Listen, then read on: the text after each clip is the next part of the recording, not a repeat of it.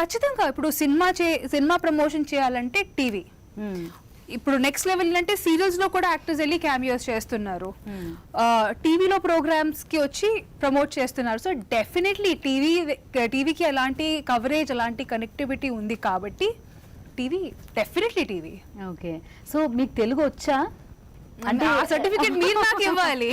అంటే మాట్లాడుతున్నారు, ఇప్పుడు షో చేయడం వేరు, మాట్లాడడం వేరు. మాట్లాడడం చాలా అందరూ మాట్లాడగలుగుతారు ఒకసారి వింటే, కానీ షో చేసేటప్పుడు స్క్రిప్ట్ చదువుకోవడం, దాన్ని రిప్రజెంట్ చేయడం, అదంతా నా లైఫ్ లో క్యాచ్ ఏంటంటే నేను చేసే షోస్ లో నేను ఎలా రెగ్యులర్ గా ఇప్పుడు మీతో ఎలా మాట్లాడుతున్నాను, షోలో కూడా అట్లానే మాట్లాడతా. There is no difference really. మరి ఎలా అంటే స్క్రిప్ట్ రాసి ఇవ్వడం ఏముండదు, మీరు చెప్పేవేనా? అంతే అంతే. కొన్ని చిన్న చిన్న లింక్స్ ఇట్టట్టు ఉంటే అవి వాళ్ళు చెప్తారు ఏం మాట్లాడాలని. బట్ రెగ్యులర్ గా అంటే నార్మల్ కాన్వర్సేషన్ వచ్చేసరికి ఇట్స్ నార్మల్ థింగ్. ఇంకా ఇప్పుడు జనాలు కూడా అది పాతకాలం లాంటి మేము మాట్లాడితే అది వాళ్ళు కూడా ఫన్నీగానే చూస్తారు. Now the languages become more conversational.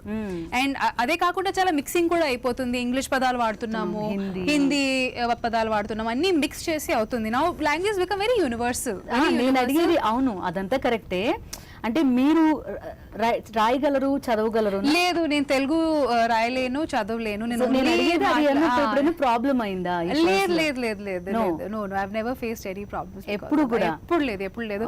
Touch wood, నాకు చాలా మంచి టీమ్ తగిలేరన్నారా అనాలా నాకు తెలియదు, కానీ ఒక మంచి టీం నాకు జబర్దస్త్ కానీ నా మిగతా షోస్ లో అయినా కానీ మంచి టీం వాళ్ళు. వీఆర్ ఆల్సో యంగ్స్టర్స్ అండ్ నాకున్న కష్టాలు వాళ్ళు అర్థం చేసుకొని బాగా సెట్ అయింది అనమాట. సెట్ అయింది కాబట్టి almost 4 years and we're still running strong.